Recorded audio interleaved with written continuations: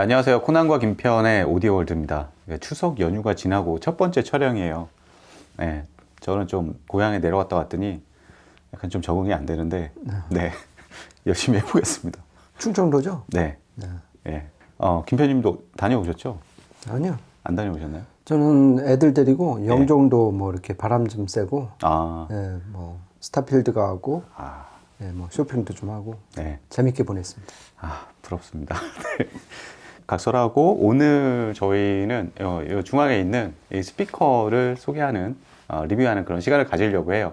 근데 그 전에 이 스피커가 보시기에도 약간 좀 희한하게 생겼죠. 무슨 액자 같기도 하고 거울은 없지만 거울처럼 좀 생긴 약간 평평한 스피커입니다. 이전에 저희가 그 마그네판 스피커 리뷰한 적도 있는데 구조나 뭐 설계 이런 것도 좀 다르지만 일단은 평평해서 평판 스피커라고 불립니다. 그러면은 이런 스피커가 왜 나왔냐 그렇게 생각해 보면 뭐 다양한 이유가 있는데, 일단은 저희가 일반적으로 많이 보는 스피커들은 일단 뭐 다이내믹 드라이버라고 해가지고, 그렇죠. 예, 후방에 이제 마그넷이 있고 뭐 보빈 코일이 있고, 그렇죠. 그 유닛 뭐 앞에도 보면 이제 둥그렇게 생기고 중앙에 뭐 페이지 플러그나 더스크 캡이 있고 뭐 이런 식으로 굉장히 복잡해요. 그리고 모터 어셈블리가 일단 되게 무겁고 뭐 그런 것 때문에 상당히 많은 문제점이 야기가 됩니다, 사실. 제가 봤을 때는 기존 드라이버의 그 진동판이 예, 다 곡면이잖아요. 그렇죠. 그러니까 돔 형태거나 콘 예. 형태거나 네, 이렇게 구부러진 데서 모든 왜곡이 일어난다고 보는 것 같아요. 그렇죠. 그래서 이거를 평평한 진동판을 도입을 한 게 예, 아까 코난이 처음에 서두에 말한 네, 평판 진동판, 평판 드라이버의 어떤 탄생으로 보시면 될 것 같습니다. 네, 그렇습니다. 그리고 또 하나 또 문제점이 있어요. 일반적인 우리가 평소에 많이 보는 스피커의 대부분은 그 유닛을 이 박스 안에 가둬놨죠. 그렇죠. 예, 박스 안에 가둬놓고 이 박스 안에 가둬놓으면은 이 여러 가지 또 문제가 생깁니다. 그러니까 박스 같은 경우 크로스오버와 함께 그래서 필요악이라고 그러잖아요. 그렇죠. 필요한데 그거에 대한 그 부대적인 부작용도 굉장히 많기 때문에 박스에 가둬놓으면은 후면파와 앞쪽에 소파, 밀파 이게 섞이지 않기 때문에 그러니까 당연히 이제 앞면으로 나오는 소리와 뒷면으로 나오는 소리 이걸 분리를 해줘야 되는데 박스에 걷어놓으면은 뒤쪽으로 후면파를 어떻게 또 소멸시킬 것인가, 이것도 문제가 생기고 또 내부에 그게 있죠, 정제파. 정제파. 네, 그렇죠. 그러니까 말 그대로 스탠딩 웨이브니까 네, 예언자만 그냥 스탠딩 예. 서 있는 거예요. 그러니까 음을 왜곡시키는 네. 주파수가 인클로저 안에서 발생을 한다는 뜻이니까 네, 원래 재생음에 없던 주파수가 껴드니까 예, 이게 가장 대표적인 인클로저의 폐해라고 볼 수 있죠. 그렇죠. 예, 거기에다가 이제 각각 이제 대형기로 가면은 고역, 중역, 저역, 그다음에 뭐 완전 초저역, 완전 다 각각 그 분리된 유닛에서 소리를 내게 되고, 그 차이 때문에 그런 것들 때문에 이제 분리돼 있기 때문에 그 사이에 이제 거리가 생기고 그런 것 때문에 위상 에러 뭐 이런 것들이 나올 수도 있고, 그렇죠. 그리고 뭐 표면에서 이제 회절 뭐 이런 부분들도 있고 그렇죠. 복잡다단한 문제들이 많이 생깁니다. 근데 그게 그러니까 우리가 평소에 많이 접하는 이런 스피커, 다이렉트 드라이브에 박스에 가둔 뭐 이런 스피커들이 가장 그게 음질이 좋기 때문에 그렇게 만들어진 게 아니라 제 생각에는 이게 생산하기 편리한, 네, 그리고 원가를 많이 절감할 수 있는 뭐 그런 방식이 아닐까. 그래서 이제 그런 단점들을 해결하기 위해서 다양한 브랜드들이 다양한 또 시도를 해왔잖아요. 그렇죠. 예, 여러 시도 중에서 드라이브 유닛 자체를 바꿔보자 그렇죠. 해가지고 나온 게 이제 평판형입니다. 평판형. 그 평판형은 평판 마그네틱 방식도 있고 뭐 리본도 있고 다양한 방식이 있는데, 이거는 이제 리본과 평판 마그네틱 방식을 섞은 거죠. 그렇죠. 예, 김표님, 이 리본과 평판 마그네틱 이 설계의 차이점 뭘까요? 그러니까 일단 공통점은 진동판이 평평하다는 거. 그렇죠. 그렇죠. 그리고 네. 근데 결국 움직이는 거는 플레밍의 왼손 법칙이에요. 네, 주위 둘레의 자석이 만들어낸 자기장 안으로 전기 신호가 들어오면은 운동 에너지가 생긴다. 네, 그게 이제 플레밍의 왼손 법칙이잖아요. 그렇죠. 그래서 이제 진동판이 움직이는데 네, 이 평판 마그네틱은 앞뒤에 이제 마그넷이 있고 그 중간에 진동판이 있는데 네, 진동판에 전기가 흐르려면 뭔가를 집어넣어야 되잖아요. 네, 즉 보이스 코일이 아주 초방망으로 네, 코팅이 되는 거죠. 네. 그러니까 이식이 돼갖고 그 코일에 전기가 흐르면은 그 진동만 자체가 네. 전부 다 평평하게 앞뒤로 움직이게 되는 거죠. 네, 네. 이와 비슷하게 역시 리본 트위터도 네. 움직이는 거예요. 그렇죠. 자기장 안에 예. 전기 신호가 흘러서. 근데 여기서 약간 조심하고 좀 헷갈릴 수 있는 부분이 뭐냐면 퓨어 리본 트위터는 말 그대로 리본 자체에 전기 신호가 흐르는 거예요. 보통 네, 예. 알루미늄 그렇죠. 저 얇은 걸 써갖고 단막. 예, 그렇죠. 아주 전기 얇은. 신호가 들어가서 그 자체가 움직이는 건데 네, 네. 보통 쿼즈 리본 트위터 진동판 그래갖고서 네. 모양은 얇은 필름에다가 알루미늄 코일을 예. 이식을 한 거죠. 그러니까 네, 네. T 모양이어서 리본이긴 한데 네. 진동판 자체는 평판 마그네틱 방식을 쓴 거죠. 아, 네. 그래서 지금 이 딥티크, 이 네. 우리 브랜드 이름이 지금 딥티크인데 얘네는 고역 트위터를 리본 트위터라고 그러는데 네. 얘네의 구체적인 설명을 보면 쿼즈 리본이 아닐까 싶습니다. 역시 네. 폴리에스터, 그러니까 듀퐁의 상표명은 마일로 필름. 마일러죠. 예. 그 안에다 이제 얇은 초방막 알루미늄 코일을 섞어서 네. 고역을 담당하는 게 이제 리본, 얘네가 주장하는 리본 트위터고 네. 저역은 평판 마그네틱, 예. 그 방식을 쓴 스피커라 하겠습니다. 네. 자세한 설명 감사드립니다. 이거 외워서 하시는 건 아니죠, 이거? 관심이 있으니까요. 네, 대표님 이제 설명을 해주시면서 이제 이 브랜드에 대해서 알려주셨는데 이미 딥티크라는 브랜드입니다. 딥티크 이름이 좀 특이해요. 예, 근데 보니까 프랑스 메이커더라고요. 예, 프랑스 메이커고 회사가 뭐 아주 오래된 브랜드는 아닌데, 예, 김표님 이 브랜드에 대해서 좀 역사 좀 설명해 주시죠. 그러니까 설립 연도는 2001년이고요. 네. 그때부터 이제 프로토타입 평판 스피커로서 프로토타입이 개발이 됐고 이 딥티크라는 브랜드를 쓴 거는 2011년이에요. 예, 그래서 이게 원래 DP77이라는 모델이 있었는데 예. 저는 이제 그거를 2020년에 리뷰를 한번 한 적이 있어요. 그러니까 제가 찾아보니까 예. 김표님 리뷰 딱 하나. 있죠. 국내에서 있더라고요. 아마.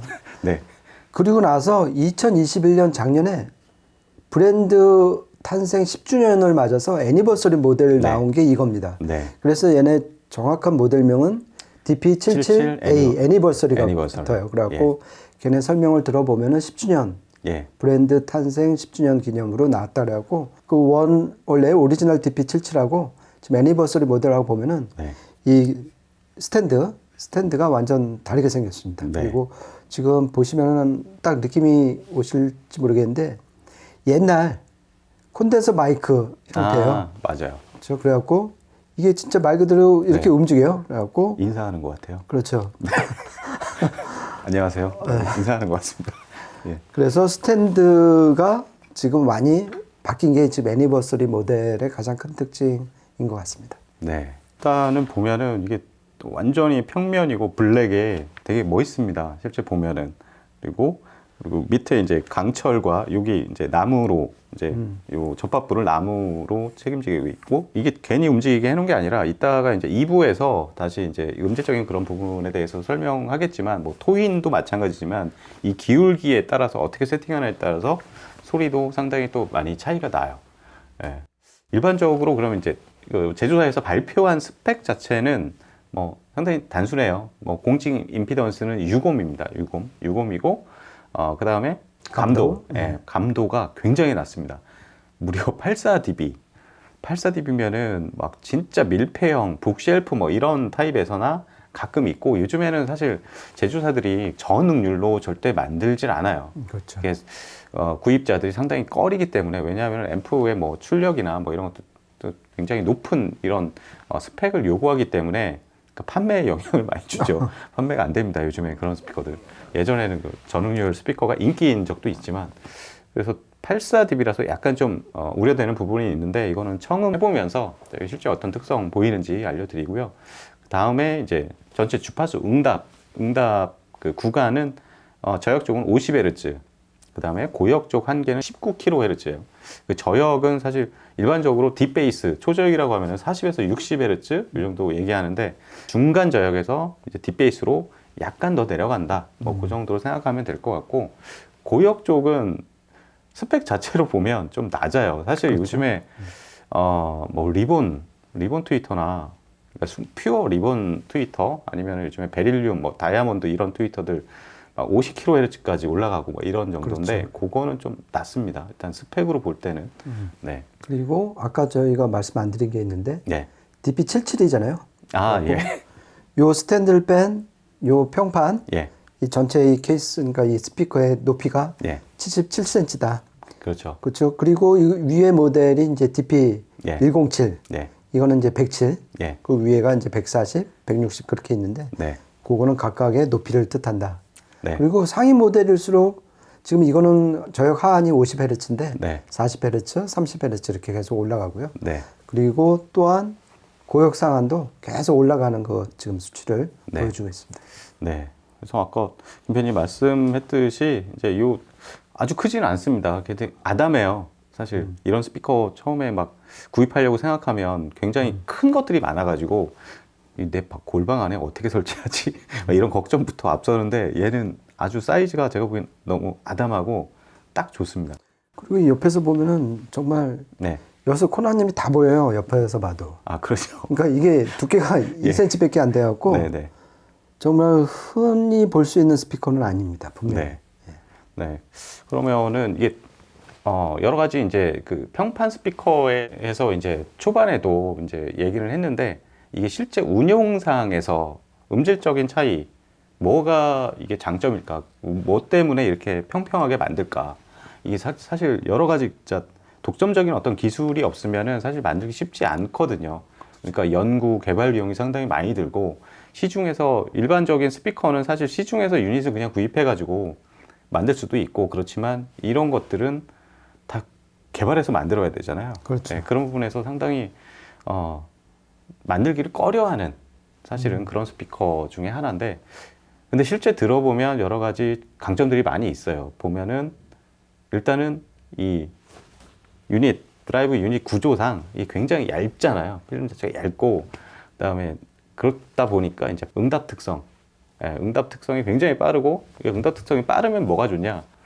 각 악기들의 위치가 굉장히 뚜렷하게 잡히는 특히 중구역 쪽에 그런 게 굉장히 저는 강점이라고 생각하거든요. 그렇죠. 또 뭐 강점이 뭐가 있을까요? 그러니까 일단 이 진동판이 얇고 가볍다. 그러니까 어느 정도로 얇으냐면은 12 마이크로미터예요. 맞아요. 0.012mm예요. 그냥 훅 풀면 날아가는. 그렇죠. 그냥 거의 없는 거죠. 그렇죠. 거의 무게가 안 근데 느껴지는. 이 안에 이제 전기 신호가 흐르는 코일이 또 이식이 된 상태에서 이게 움직이니까 예. 고역은 물론이고 저역도 더 앞뒤로 많이 움직일 수가 있는 거죠. 네, 예. 얇고 가벼우니까. 그렇죠. 저역은 결국 뭐냐면은 진동판이 얼마나 많은 공기를 밀어내느냐. 그렇죠. 그리고 다시 빨아들이느냐. 얼마나 순발력 있게. 그렇죠. 예. 그래갖고 아까 이제 코나님하고 이제 이 음악을 들으면서 느낀 거는 중저역이 예상외로 많이 나와요. 아, 예. 아주 맞아요. 질감 좋은 저역이 네. 나오는 이유가 그 진동판이 얇고 가볍다. 네. 거기서 이제 일단 찾을 수 있고 그리고 중저역이 또한 깨끗하고 왜곡이 적은 게 인클로저가 없어서 인클로저. 그래요. 네, 맞아요. 이게 가장 큰 것 같아요. 그러니까 다이폴이라고 그러잖아요. 아, 다이가 이제 두 개라는 뜻인데 네, 네. 보통 우리가 보는 이제 박스형 인클로저 스피커는 이제 모노폴이라고 그러고 네. 앞에서만 일단 유닛이 그렇죠. 방사가 되는 건데 이거는 거의 뒤에서도 똑같은 음압으로 예. 좀 소리가 나오는데 인클로저가 없으니까 인클로저에서 만드는 모든 박스 해악들. 소리가 네. 없어지는 거예요. 그렇죠. 박스의 어떤 공명 이런 그렇죠. 것도 내부의 어떤 브레이크 모드에서 걸리는 막 혼탁함 그렇죠. 뭐 이런 것들이 다 없어지는 거죠. 그러니까 체감상으로는 가장 정확히 느껴지는 게 뭐냐면은 정의감인 것 같아요, 저는. 예, 예, 맞아요. 그 악기가 보컬이 딱 있어야 될 때 예, 거기에 딱딱 맺히는 게 예, 아까 녹음하면서도 계속 제가 위에서 이렇게 보면서 깜짝 놀란 게 네, 정말 핀포인트로 정말 잘 맺히더라고요. 네. 그런 것 때문에 이제 그러니까 얘도 보면은 고역 쪽에는 그 리본 방식, 쿼시 리본이긴 하지만 그렇고 저역 쪽에 이제 평판 마그네틱 방식 이렇게 나눠놨잖아요. 그렇죠. 근데 이런 고역 쪽 리본의 그런 스피드, 뭐 그런 명료도 막 아주 프리사이즈한 정확한 그런 정의감 이런 것 때문에 이제 대부분은 트위터에만 리본을 달아서 이렇게 설계하는 스피커들이 많죠. 그렇죠. 예. 네. 근데 과연 이 스피커는 평판 마그네틱과 리본을 같이 써가지고 그렇죠. 과연 어떤 소리를 내주려고 이렇게 어렵게 만들었을까 좀 궁금한데 그건 다음 시간에 네. 네, 다음 얘기해 보는 걸로 하죠. 네, 이렇게 해서 이 스피커에 대해서 여러 가지 이제 특성이나 그런 장단점 이런 것도 알아봤는데요. 그렇다면 이제 과연 이게 어떤 소리를 낼지, 퍼포먼스가 어느 정도일지 좀 궁금하실 텐데 그건 2부에서 설명드리도록 하겠습니다. 저희는 지금까지 코난과 김편의 오디오 월드였습니다. 감사합니다. 고맙습니다.